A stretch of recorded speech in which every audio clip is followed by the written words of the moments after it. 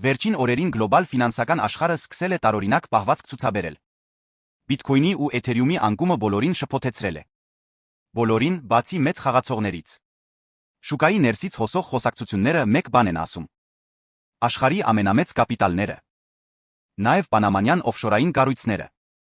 մերձավոր արևելքի հսկա ֆոնդերը, Մոնագոյի բարձրակարգ ներդրումային շրջանակները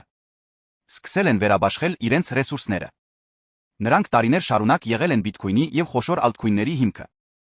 Բայց հիմա նկատվում է մի բան, որը երբեք չի եղել։ Նրանց հետաքրքրությունը շարժվում է դեպի նոր ուժի կենտրոն։